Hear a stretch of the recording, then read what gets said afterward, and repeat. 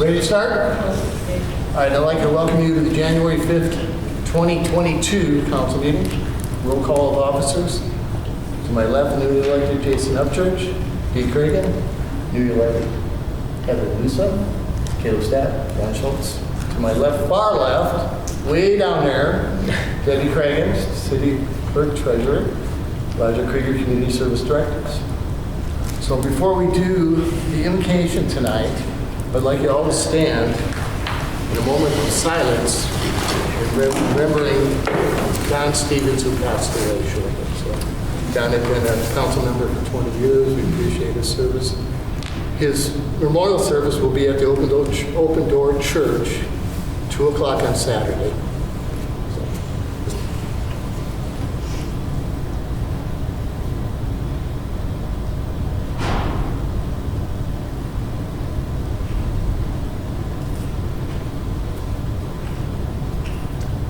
Thank you.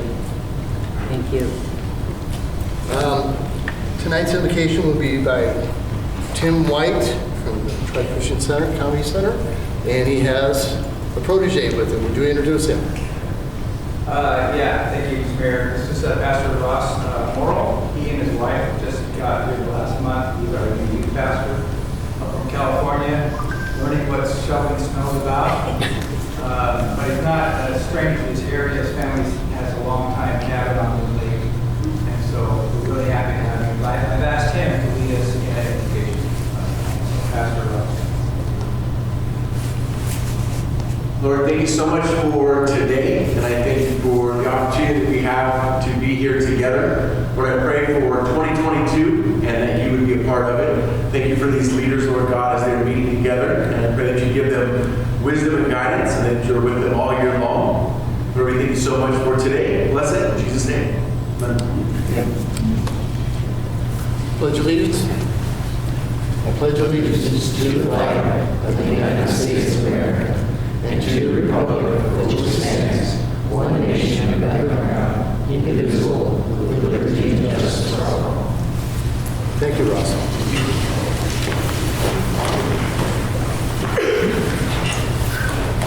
Next up, item 4, approval of agenda. Okay. There's a motion and a second. Any comments by the council? All in favor? Aye. Motion carried.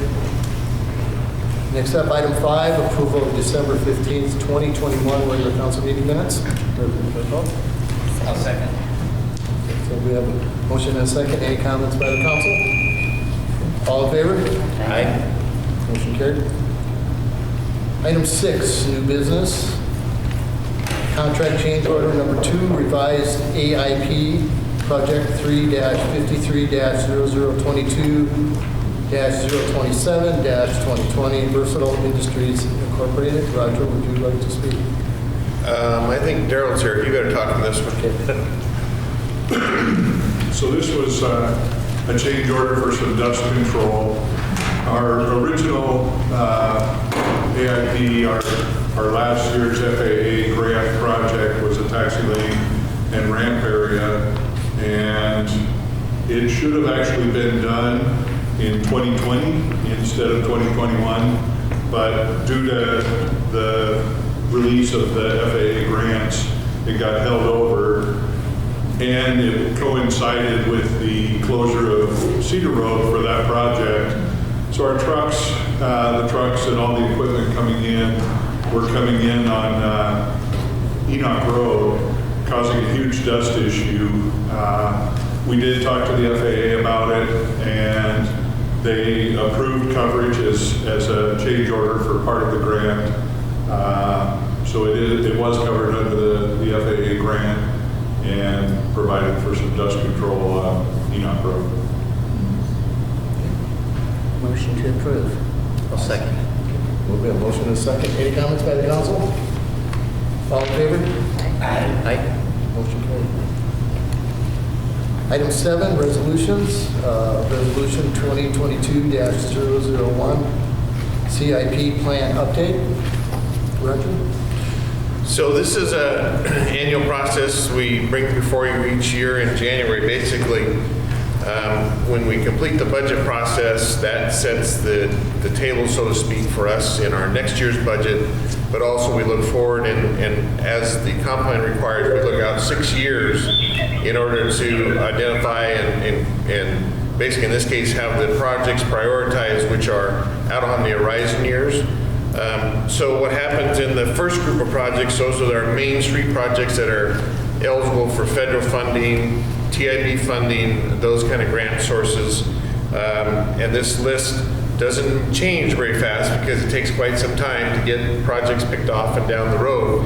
The next one up is actually currently on the SRTC's contingency list, but in February, basically, a new application cycle goes out, so that it never moved up far enough to be funded, so it'll get reapplied for again.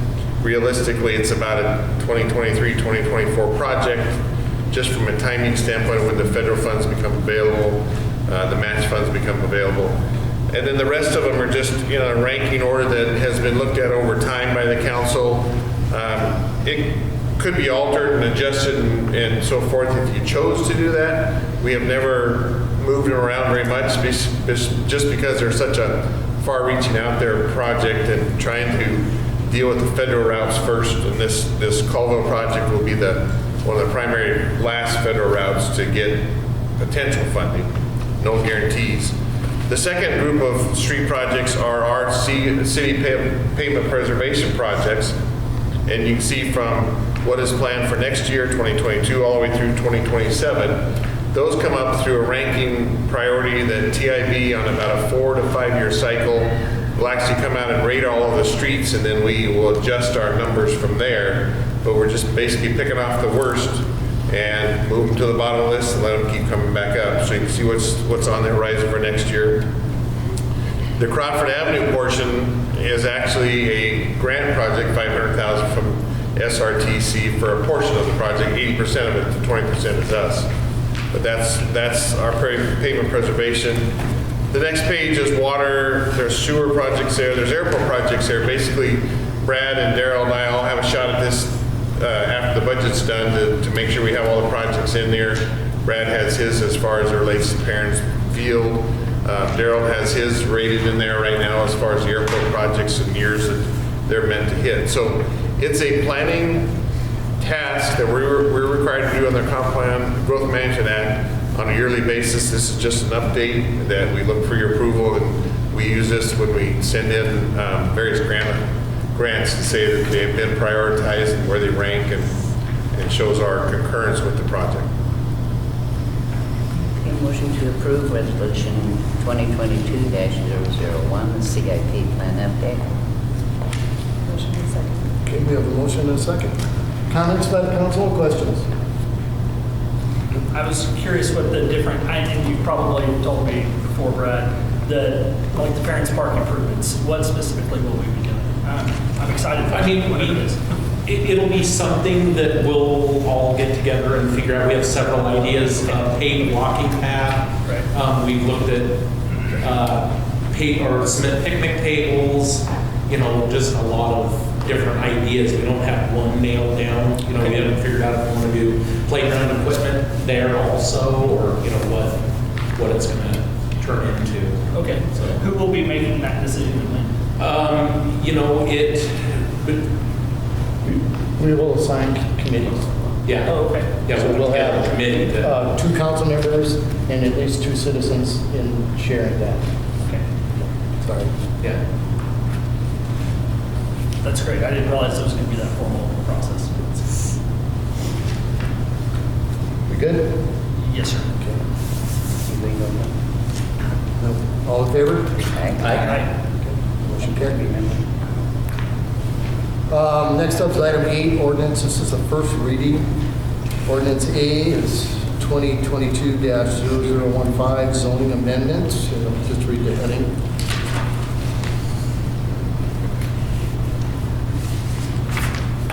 The ordinance of the City of Deer Park, Washington, approving the zoning map amendment commonly known as the Storage Solutions Deer Park LLC zoning and map amendment, changing the zoning classification of real property generally described as a portion of Spokane county tax parcel number 28014-0079 from business park to diversified commercial and setting an effective date. So we'll move that to the second reading and we will have public input.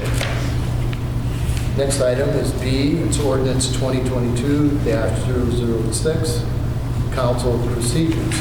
I will read you my rationale on next item. So item 8B on the agenda is ordinance 2022-006. This is on the agenda for first reading. The title of the ordinance is as following. An ordinance of the City of Deer Park, Washington, repealing Chapter 1.24 of the Deer Park Municipal Code, repealing the three-reading ordinance adoption process, and amending Chapter 2.04 of the Deer Park Municipal Code, creating a deadline for council agenda items and procedure for approving late agenda items for council meetings, containing a severability clause and setting an effective date. So at the next meeting, we'll have public input pursuant to the three-reading process. According to our current three-reading process under Section 1.24.010A of the Deer Park Municipal Code, the first reading is for the council to understand the purpose of this ordinance, and then on a recent publication, in my opinion, mischaracterized the purpose of this ordinance. I will spend a few minutes explaining what this ordinance will do after providing a brief history. In 1989, the City Council adopted a three-reading process, which is now located in Chapter 1.24 of the Deer Park Municipal Code. This process made sense in 1989 because the city didn't have a website and access to information that was largely through attendance at public meetings such as this meeting this evening. Since '89, there has been significant developments in technology, and most citizens have easy access to the internet. And the city posts all of its council meeting agendas on the city website and has done for the last couple of years. Therefore, citizens now have a much better access to what is happening in the city than what they had in 1989. Now, the three-reading process only applies to ordinances, and often because of the timing associated with this matter, that they come before the city council is asked to waive the three-reading process. For example, the three-reading process is almost always waived when it comes to approving the annual city ad valorem tax ordinances.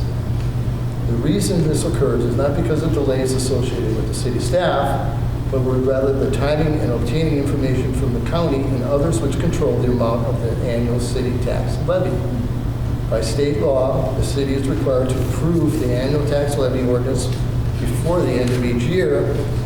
Also, it's important to point out that the three-reading process and whether it should be waived has always been up to the city council, and the vote of the city council is not something that has ever been waived by me or any previous mayor of our city.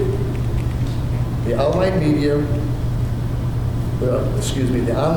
referred to earlier incorrectly reported that the waiver of the three-reading process was used to increase the cost of law enforcement.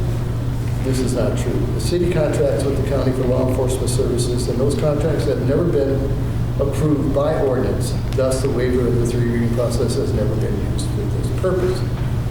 So my purpose is to do away with the three-reading process, which only applies to ordinances, and to create a more appropriate notification process associated with all actions of the city council, which includes resolutions and other actions of less formal nature, which may include entry into agreements and other actions. So my proposal set in this ordinance is to increase the length of notice we provide to the citizens for certain public hearings from current 72 hours to 10 days. We will increase it from 72 hours to 10 days. This proposal creates a process that is proactive rather than reactive. And when it comes to the need to take actions quickly, the current three-reading ordinance process requires a reactive vote to accommodate certain time requirements. The reactive process is to vote to waive a process. My proposed advance notice of the agenda requires a proactive vote to move an item on to the agenda if it is turned or discovered late. So what we're saying is if we have an emergency there, we can add it to the agenda. So my proposal to set forth this ordinance is to require all items proposed for a regular Wednesday council meeting agendas to be submitted to the city clerk, treasurer in writing by 9:30 on the Friday preceding the Wednesday regular meeting. This way, the city clerk treasurer will be able to work with me to set the agenda and get it posted on the city website by 5 p.m. on the Friday before each Wednesday council meeting. This will give members of the city council and the public an opportunity to see what's on the agenda, including any items the council may take action on the meeting scheduled to cover 5 days later. For an item that is not on the Friday website posted agenda to be considered by the council at the Wednesday meeting, the city council will be required first to take a vote to determine whether the item should be added to the agenda. Finally, so there is no misconception or confusion, the current three-reading ordinance process contains a provision in section 1.24.030 of the Deer Park Municipal Code, which provides, quote, "The failure of the city council to follow the procedures for reading proposed ordinances shall not be affected by the validity of the ordinance adopted," end quote. The same provision is carried over in my proposal for these council procedures in proposed new section 2.04.050. These provisions that currently exist and will enable the city council to take actions on the matter in accordance with all existing state laws. The three-reading process is not required by state law or federal law. So to be clear, the laws applicable to the operation of the city of Deer Park and the passage of ordinance and the taking of other actions do not require either the three-reading process that currently exists or the council meeting deadline procedures for agenda items that I am proposing. Many cities in the size of ours do not burden themselves with these types of procedures and seem to function just fine following state law. As stated earlier, these comments are provided in order to share with the council and the public. My proposal ultimately is up to the council to decide. Again, this is only the first reading of this ordinance. In the next meeting, we will be taking public comments on this ordinance, and we'll move it to the second reading next meeting. Oh, excuse me, Mayor. The letter A there also says the council shall have the opportunity to question the drafter to help us understand. I didn't. Letter A there under the three reading process says we would have the opportunity to ask questions at the first reading as well. So I just want to take a moment. I had a few questions to go ahead and make sure I understood as well. That'll be at the second reading. No, sir, that's at this reading. On the first, yes, you're right. Feel free to look at it. That's great. I'm going to pull up my notes. I had some questions. I find it easier to prepare sometimes at a time instead of jotting things down. I really appreciated Tom's question last meeting, actually, because it highlighted for me a key point. His question last time was, we were waiving the three-reading process for something. And so he asked, well, does this remove the opportunity for public comment? And it did. And so that was helpful to note. I hadn't noticed that particular item before. So one of my questions is, when would the public have the opportunity to comment under the new, if we make the change? When would the public comment be allowed? That's a good question. It should be right at the beginning of the ordinance or the ordinance. We'd ask for public comment at that time.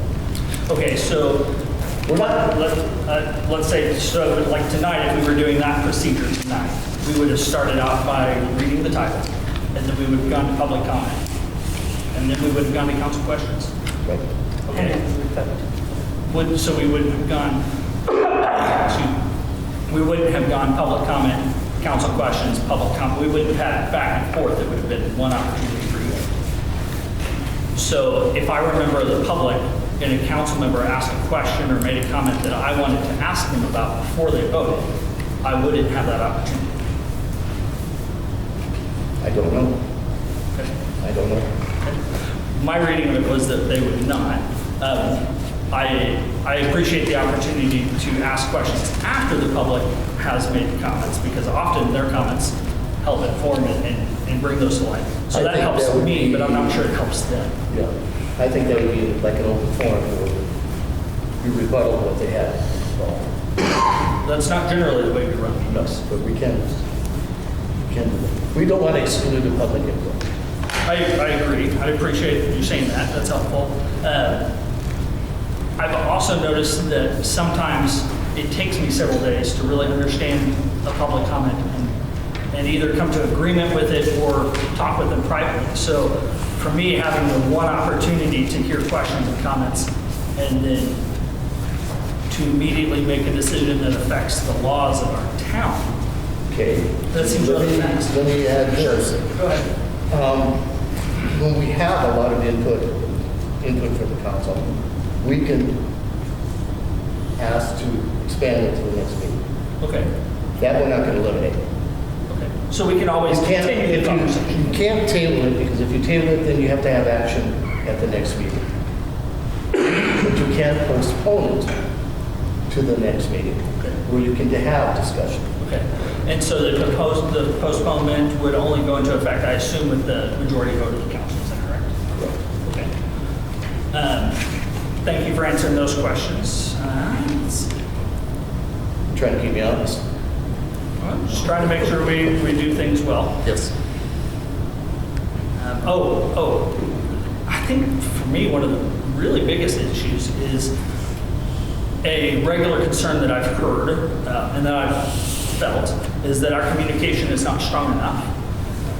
By having the additional time that the 3 reading process directs us to have, that allows us to have the opportunity to communicate better.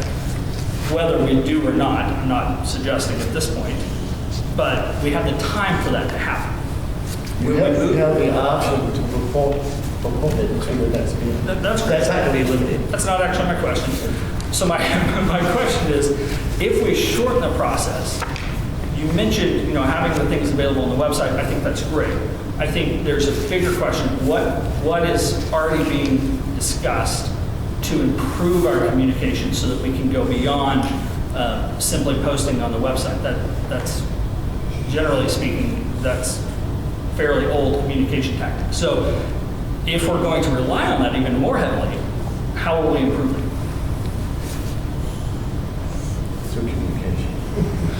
Right. So, I mean, in the last election cycle, there were talks of the text my gov, we don't have any social media presence, we don't have any of that as a city. If we're going to more of an online communication, we should improve that. I mean, what we have now isn't enough. It's not, but we're working on that with our team. Okay, that's good. What progress have we made so far? He is learning our system. He's learning the vision system. He's working part-time right now until he graduates. My understanding of that position initially was that it was more focused on team, not necessarily communication. I see those as different roles. He's going to do, he has more than one responsibility. Okay. That's hopeful. That's still in development. I would be really helped to vote yes on this by having specific items of what that future communication would actually look like and have a commitment to follow through on that. That would be helpful for me. Let's see, other questions? And specifically, I believe we could even amend the ordinance to have an email, text alert service, other things that would be embedded in this so that we can't move to the new procedure without assurances that we're adopting new ways of communication. So other council members, I would appreciate your thoughts on that at some point if we have an amendment on that. And then my move, if it were up to me to propose an amendment to this, I would actually go the opposite direction. Starting with the ordinances we have now, I would amend it to only be able to, so 1.24.020, the waiver of the reading process, it says we can waive that by a quorum of the council. I would suggest that should be a supermajority of the council so that we have a greater chance to listen to the minority's voice. Because there have been many times in the last year or two that I've been a part of that minority, and that would be helpful. And I think it would allow us, not unanimous, I considered that, and that seems much too strict. But a supermajority, 4 out of 5, or eventually maybe 6 out of 7 would be helpful for that. So I won't make any motion to amend that tonight. I look forward to hearing from you about that. Some of the options that I would like to see. So moving on, second reading.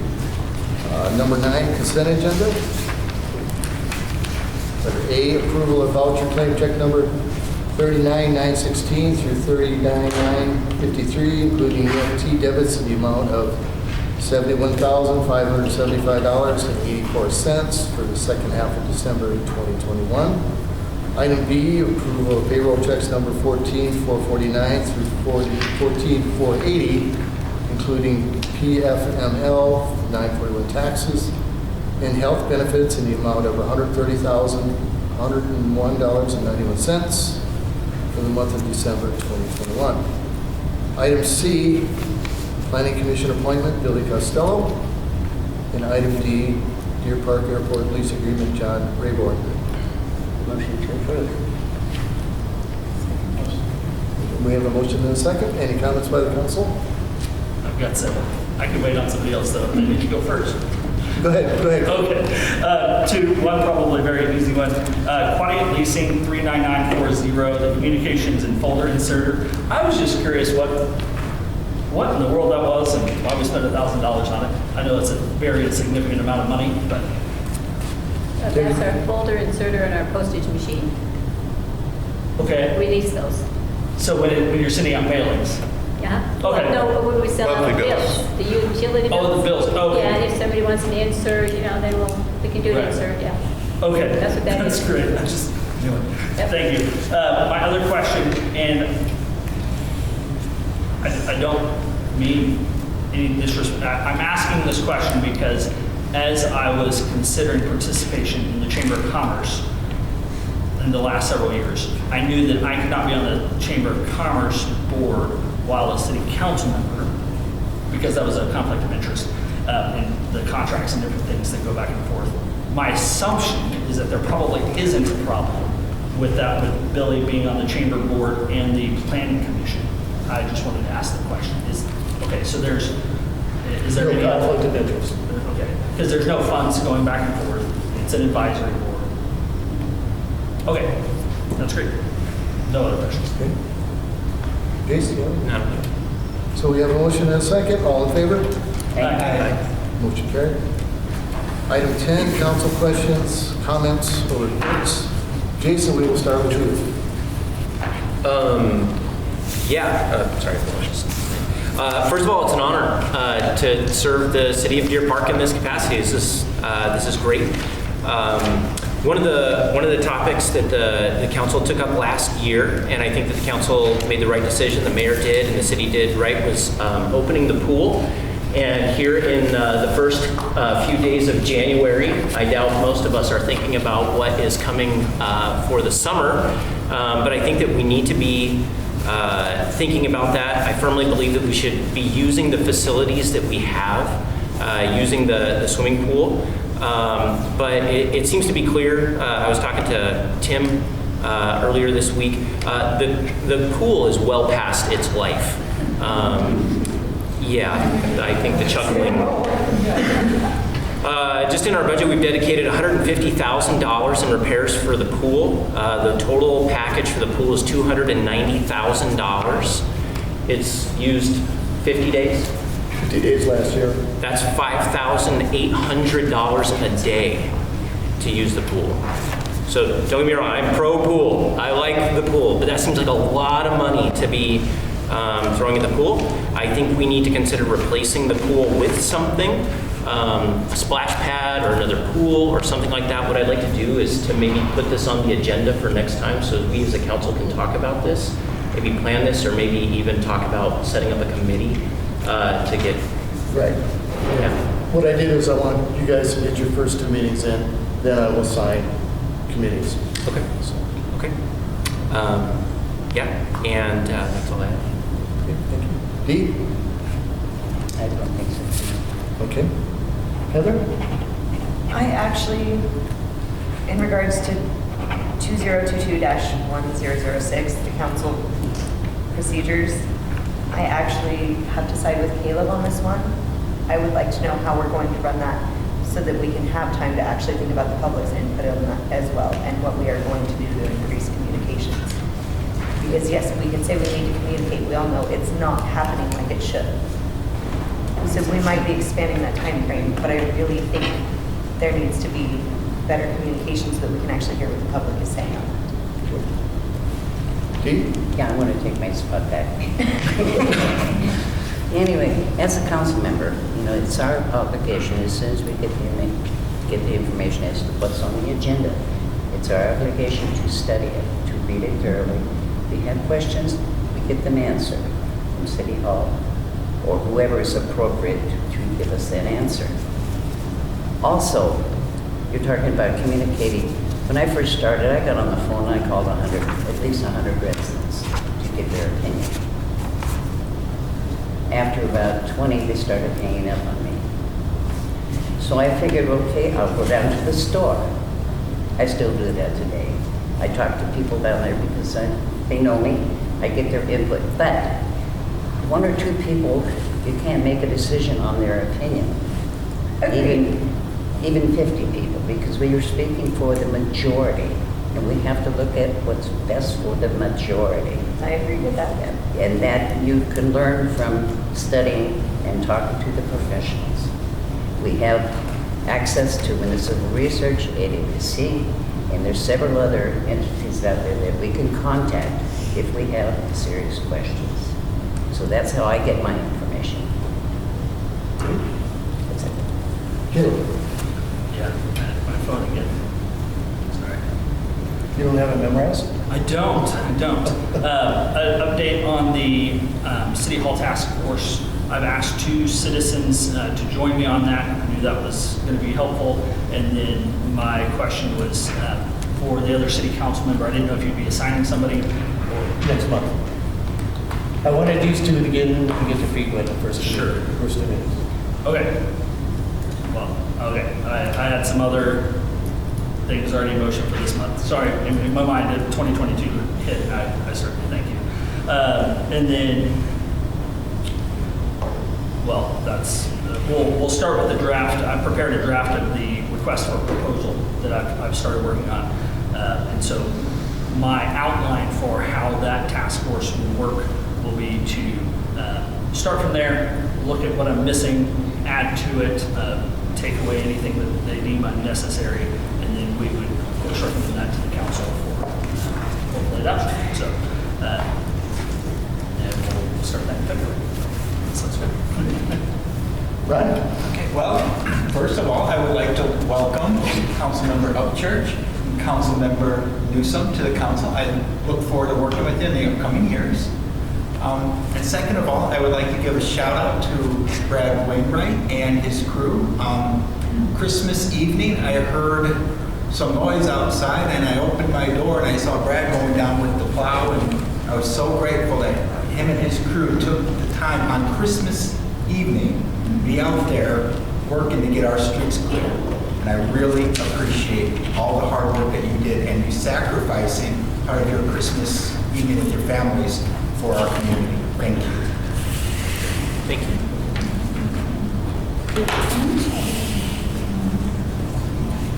Okay, item 11, interested citizens, oral communications, requests and comments from the audience on unrelated agenda items. Start with you. I was going to say, thank you to the road ministry. We have a big driveway. They don't plow my driveway closed. Oh. The streets have been nice. My car sits low. I can drive my car anywhere in this town, and I appreciate it. Thank you to your crew. You're doing an awesome job. Thank you. Ma'am? Mine sort of echoes as a person who walks in this town everywhere, trying to live lightly on this earth. This is the first year that the sidewalks have been plowed so quickly down Main Street. A little frustrating because the second plowing of the roads messes up the sidewalks. But I walk to the store several times a week, and this has been the best year as a pedestrian, and I really appreciate it. Richie? So a couple questions on the new IT person. How many people were interviewed for that? What was the hiring process like?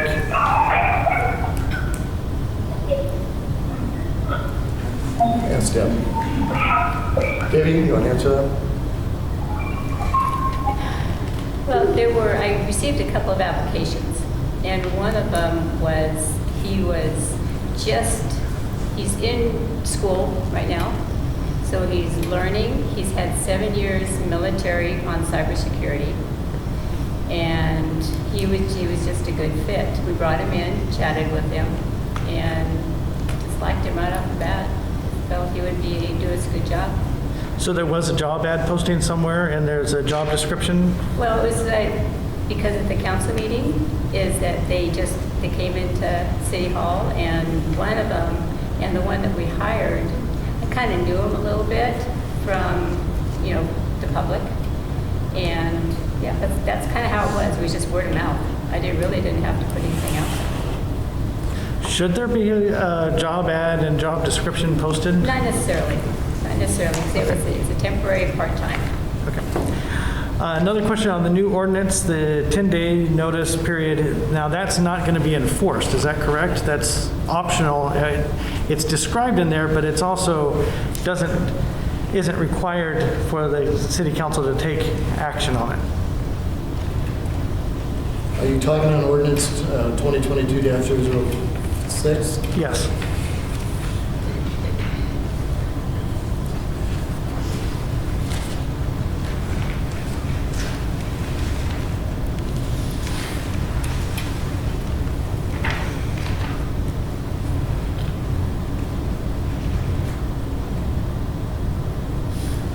Jim, are you talking about the public hearing procedure?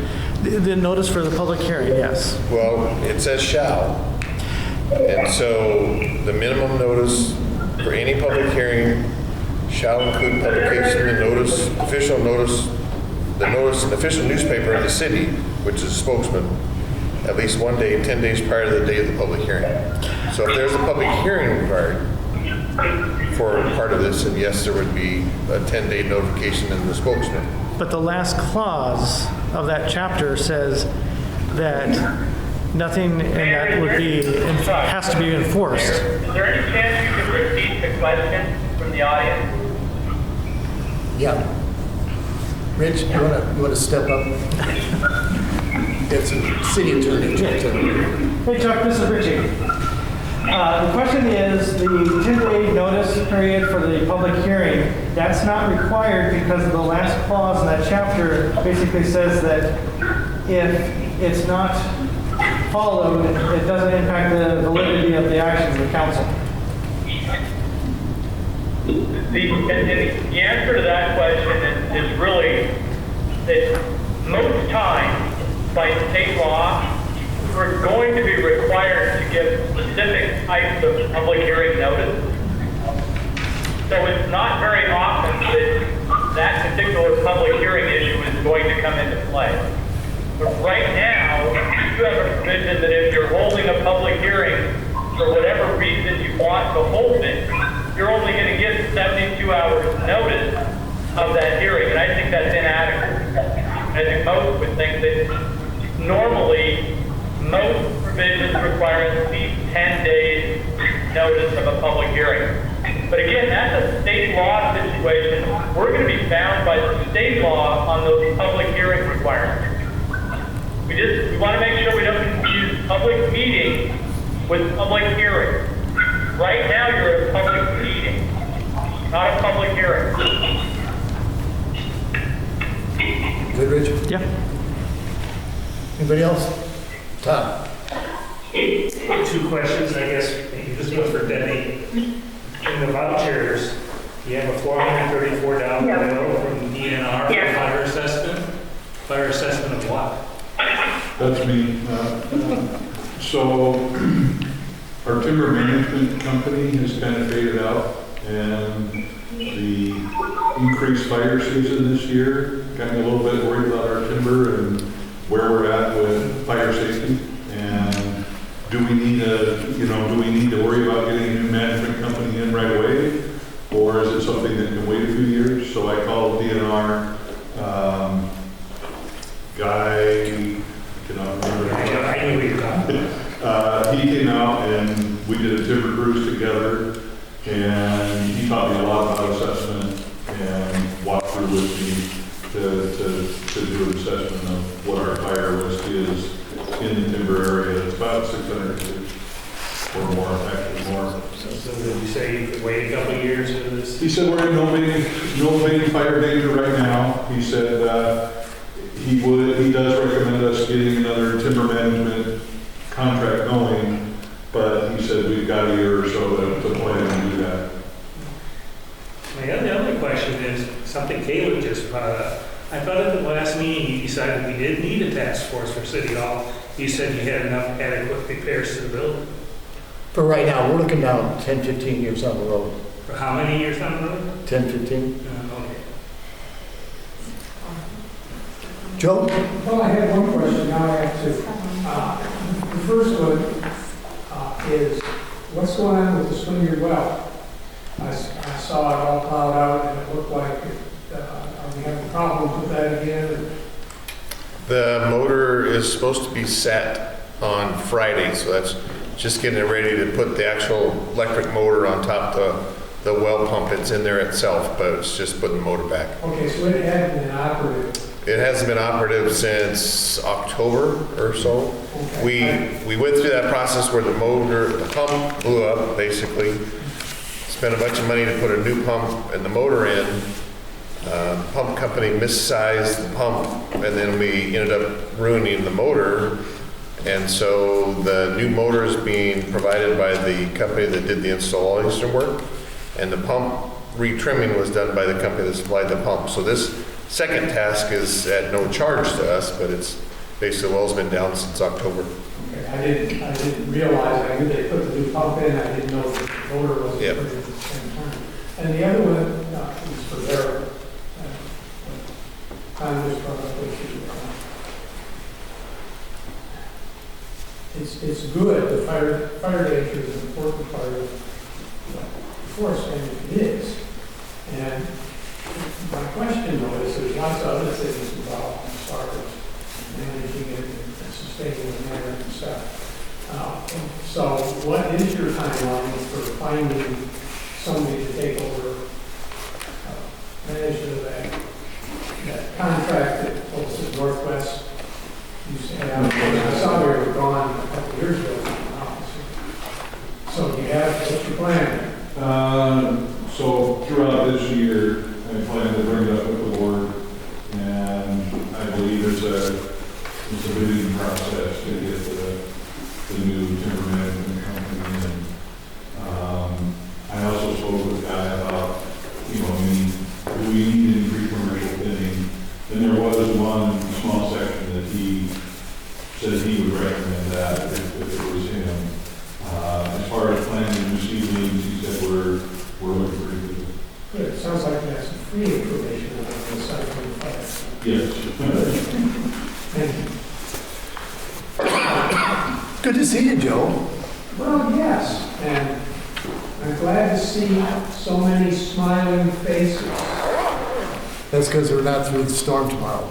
Pardon? That's because they're not going through the storm tomorrow yet. It's winter, keeps the weak people down south. Tim? I had a question here, just here in the ordinance, the 2.04.202 public hearings. What is the official newspaper of the city? Spokesman review. Spokesman review? Is there going to be no limit, no effort to connect with any other? We usually do it in the Tribune too. Yeah, what I do with planning commission stuff is the Spokesman is the official newspaper record, but I also make sure there's a notice in the Tribune that corresponds with the upcoming public meeting. It may not have the same notification time. Maybe it's 9 days instead of, in our case, it's 15 days in the planning commission world And so maybe it's 9 or 12 days instead of the 15, but that way we can put it in two different places. Costs us more money, obviously, but that way we can try and get it to most people we can. So when, it's not like the Tribune, it's not a daily, still once a week, right? Right. So it's possible that by the time it hits the Tribune, the public only has a notice of maybe a day. Now, I'm only talking about the spokesman review and the Tribune as it relates to the Planning Commission. So the newspaper record is the spokesman, and so that's the 10, the 15, in the Planning Commission world, a 15-day notification period. So I always make sure we meet that, and sometimes the Tribune notice might be 10 or 11 days or 12 days before the meeting.